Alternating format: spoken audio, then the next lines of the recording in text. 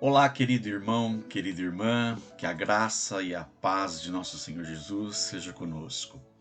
Estamos desenvolvendo os nossos devocionais com base nos livros dos reis e já fica aqui minha recomendação para a leitura do capítulo 10 a 12 de 1 Reis e vamos nos concentrar a nossa leitura com base em alguns versículos de 1 Reis capítulo 12, mas com a seguinte temática do assunto: o conselho dos inexperientes conduz ao fracasso.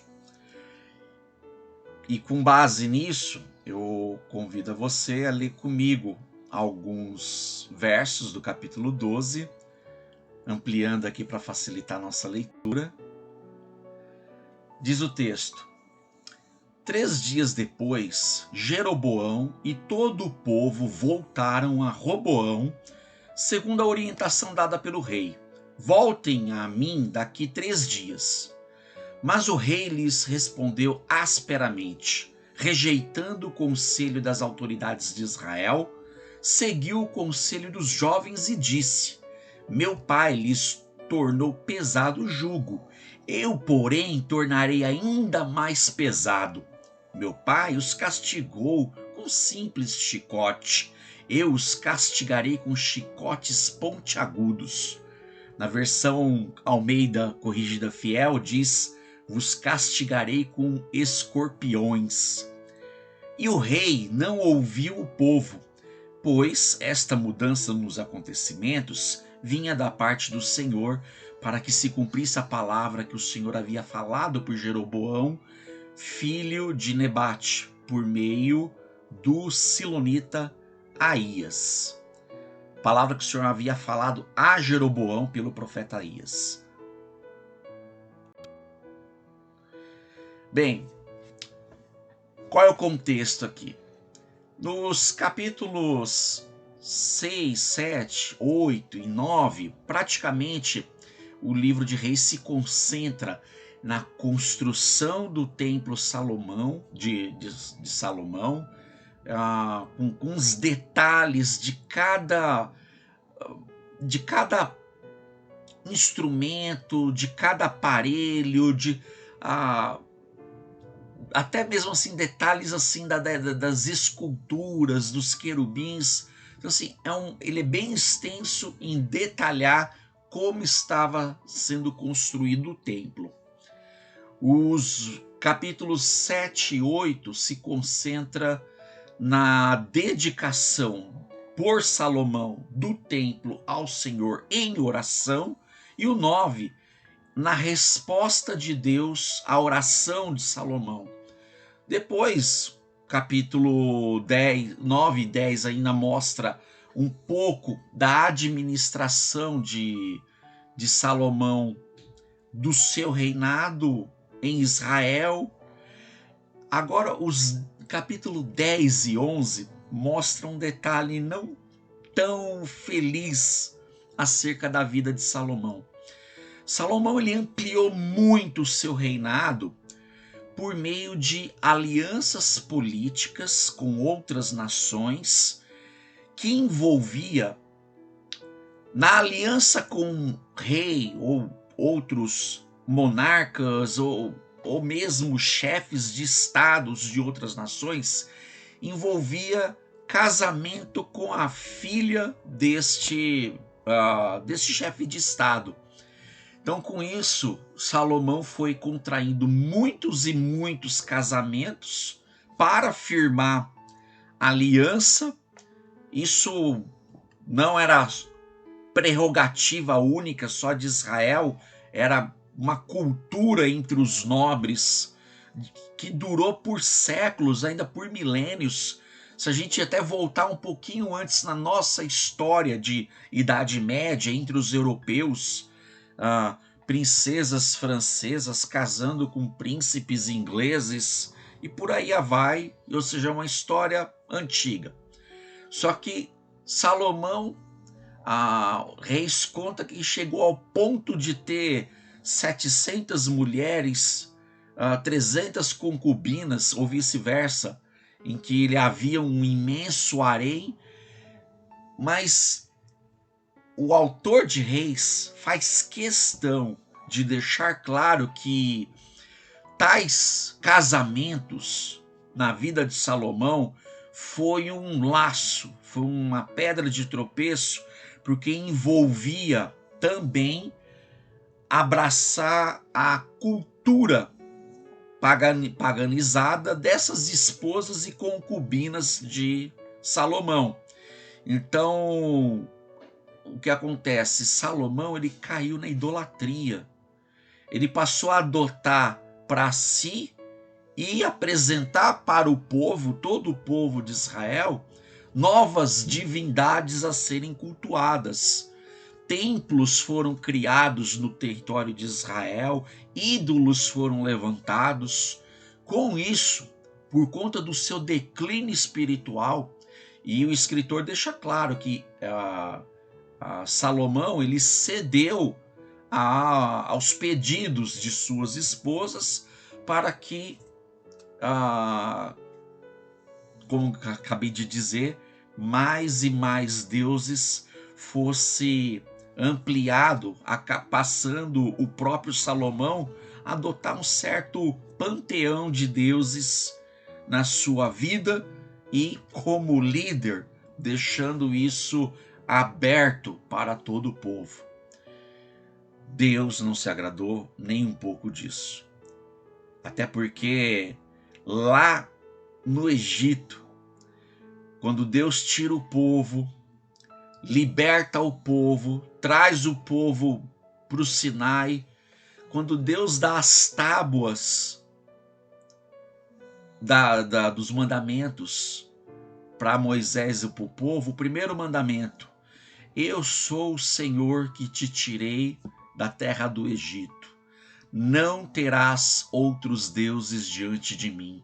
Não farás para ti imagem de escultura alguma, nem imagem do que há em cima no céu, nem imagem do que há embaixo da terra, nem embaixo nos mares, enfim. Deus, ele é único.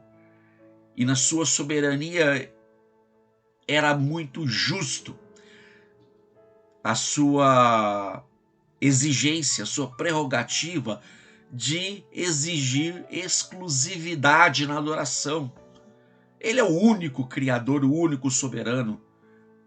Por mais que se falem deuses e deusas, só há um único Deus. O restante são falsos, são ídolos, são muitas vezes demônios que requerem a adoração das pessoas para desfocar, desviar a verdadeira adoração do Criador. Lamentavelmente, Salomão incorreu neste erro. Com isso, por conta do seu afastamento e por ter sido responsável pelo afastamento do povo, Deus levanta um profeta chamado Aías, e que ele chega para Salomão e fala: Salomão, porque você foi desobediente ao Senhor, o Senhor rasgará de ti o reino de Israel. Mas por amor a Davi, meu servo, teu pai, não tirarei o reino como um todo. Vou preservar um remanescente, uma tribo, a tribo de Judá, até porque era da própria linhagem do rei Davi, de Salomão, e até chegar a Jesus Cristo. Deus decidiu tirar o reino de Salomão, mas ainda assim ele dizendo: ainda por amor a Davi, teu pai, meu servo, não tirarei nos teus dias, mas o próximo rei que surgirá depois de ti, esse perderá o reino.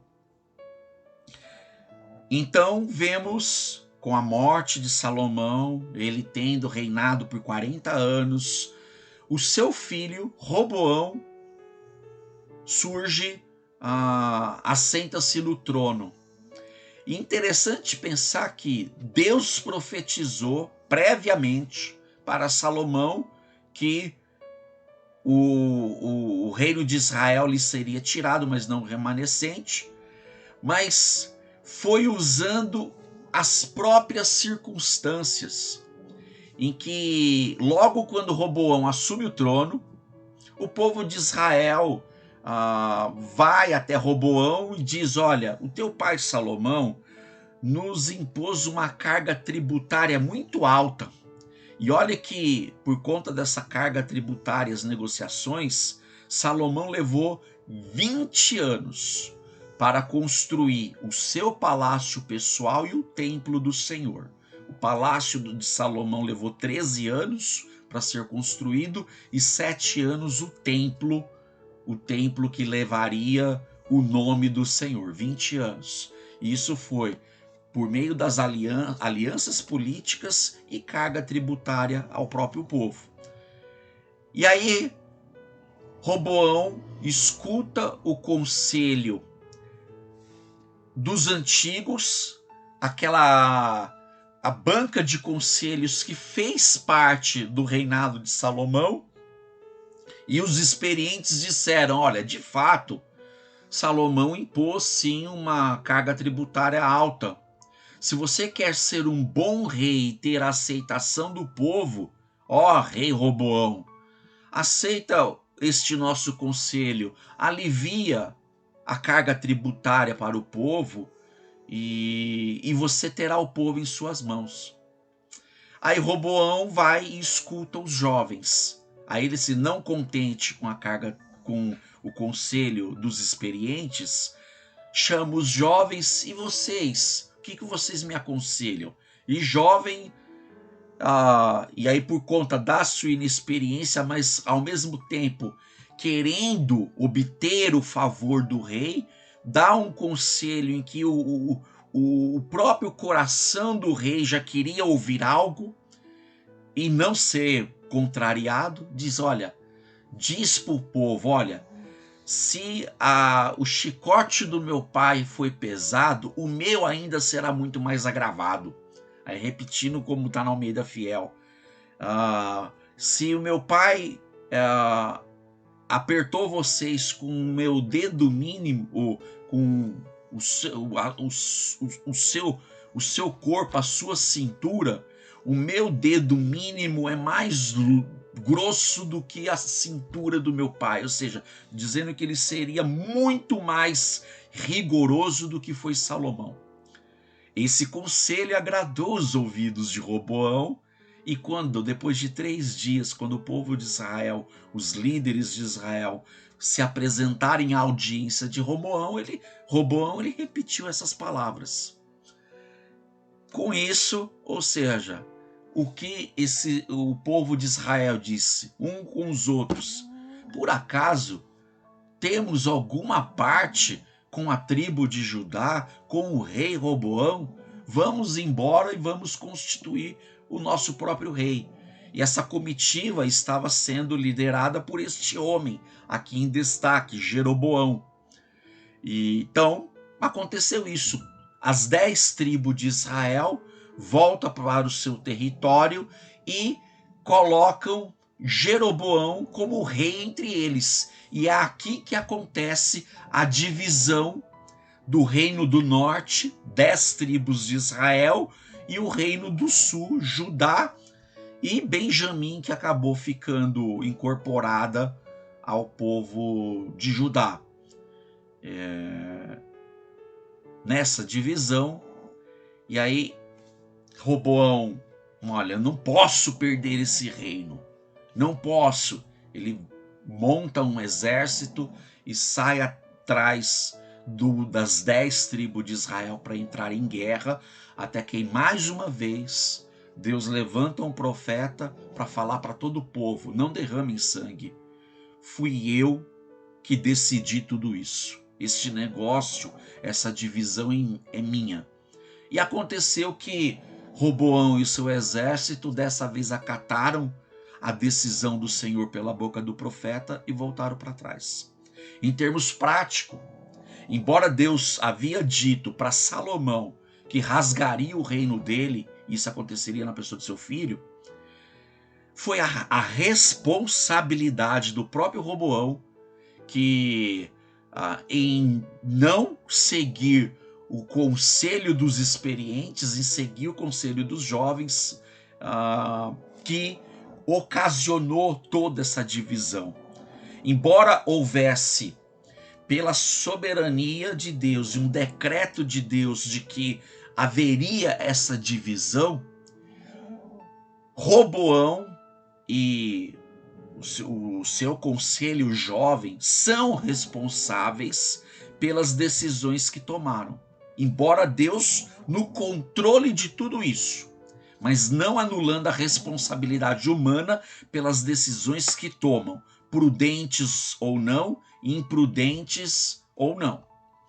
E a atitude de Roboão foi imprudente em não aceitar o conselho daqueles que eram mais experientes, que mesmo vendo alguns erros em que Salomão cometia, mas acreditavam que após um novo rei, uma nova possibilidade poderia acontecer.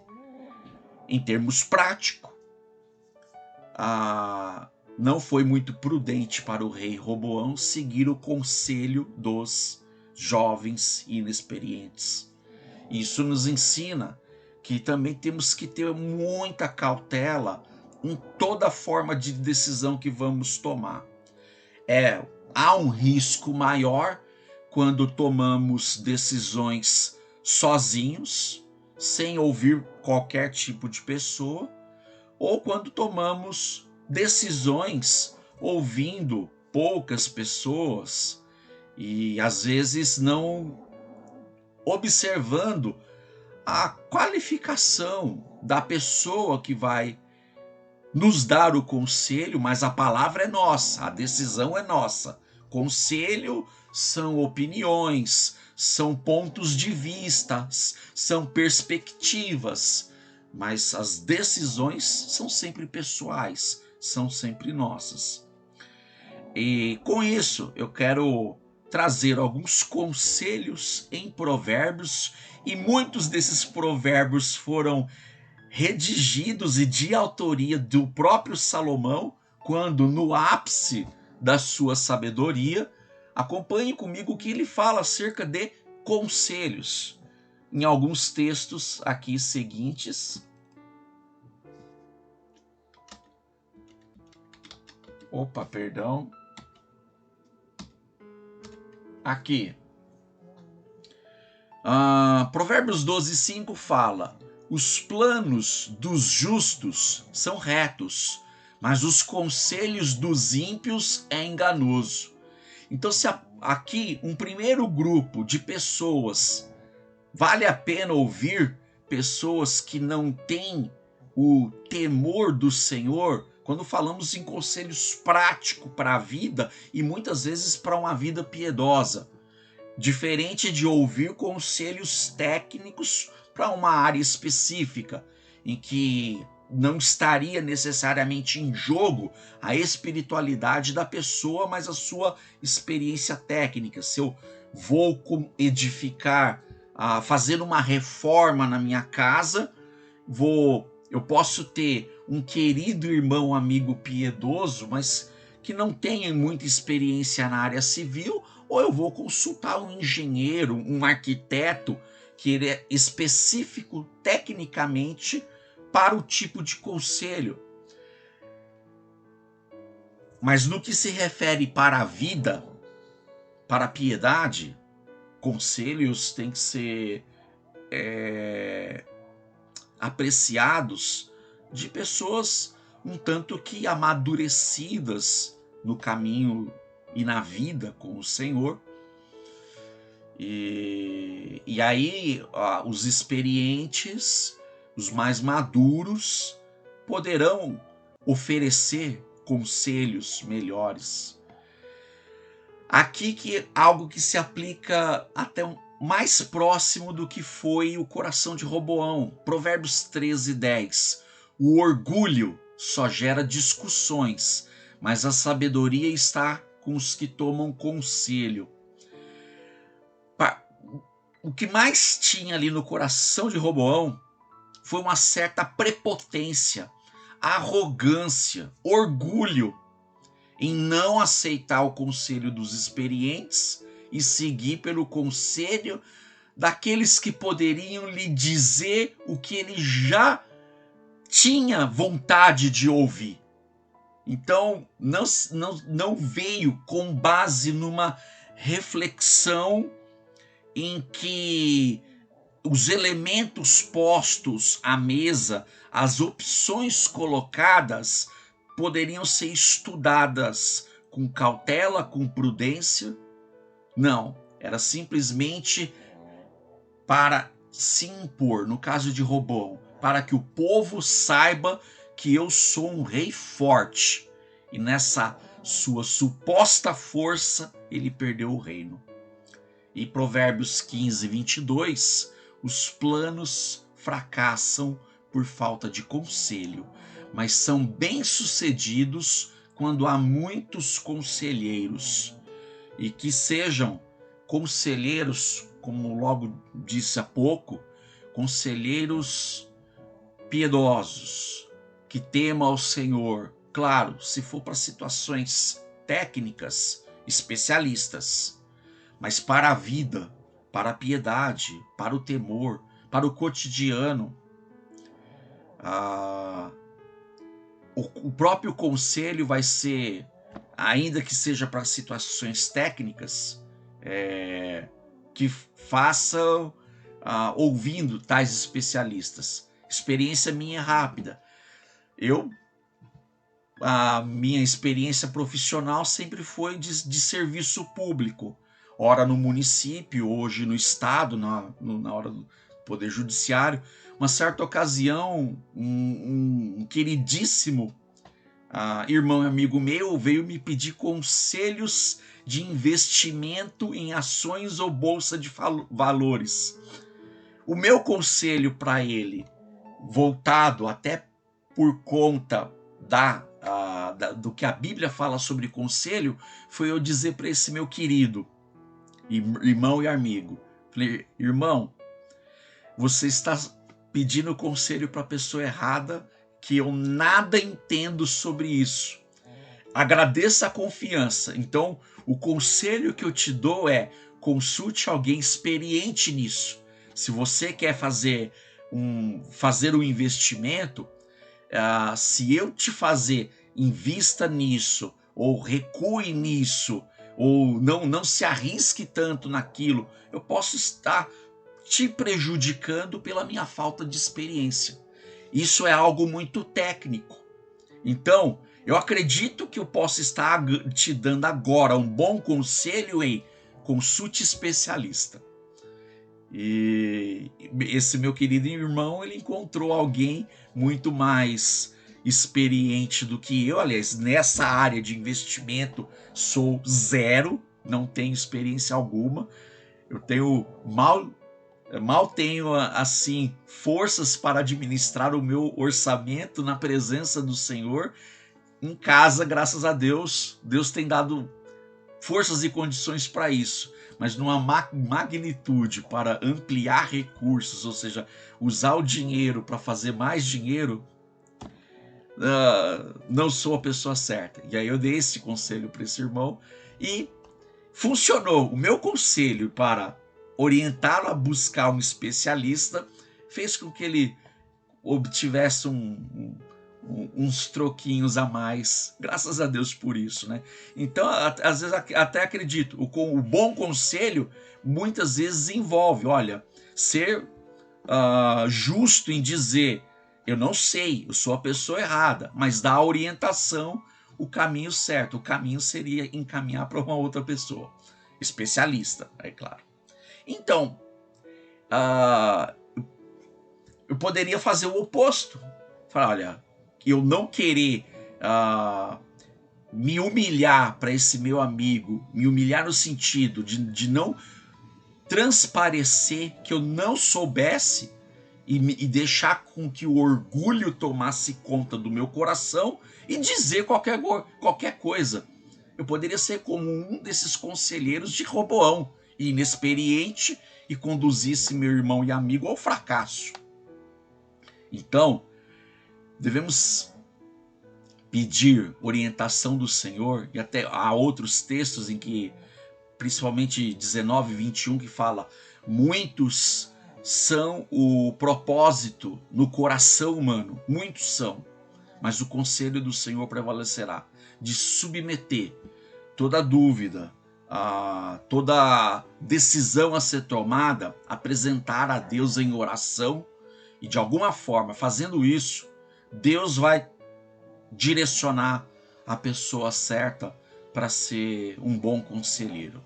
Mas é importante ouvir, mas na hora de tomar a decisão dependendo de Deus, em oração.